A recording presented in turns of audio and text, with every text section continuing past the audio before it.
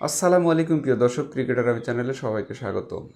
প্রথম ক্রিকেটার হিসেবে টি-20 বিশ্বকাপে যে কীর্তি গড়তে যাচ্ছেন সাকিব আল হাসান, সে সম্পর্কে আমাদের আজকের ভিডিওটি। তাই পুরো ভিডিওটি না টেনে ভিডিওতে লাইক দিয়ে পুরো ভিডিওটি দেখতে থাকুন। টি-20 বিশ্বকাপে বাংলাদেশের সর্বোচ্চ উইকেট শিকারী কে? এই প্রশ্নের উত্তর দিতে হয়তো খুব একটি ভাবার প্রয়োজন হবে না। 47 উইকেট নিয়ে সাকিব আল হাসানই বাংলাদেশের সর্বোচ্চ উইকেট শিকারী। শুধু বাংলাদেশি নন, 47 উইকেট নিয়ে সাকিব টি-20 বিশ্বকাপেরই সর্বোচ্চ উইকেট শিকারী বোলার। সব কিছু ঠিক থাকলে এবার আরও একটি বিশ্বকাপ খেলবেন সাকিব। তাতে টি-20 বিশ্বকাপে প্রথম বোলার হিসেবে 50 উইকেট নেওয়ার কীর্তি গড়ার কথা সাকিবেরই। কারণ শীর্ষ 5 উইকেট শিকারী বাকি সব বোলারই অবসর নিয়েছেন।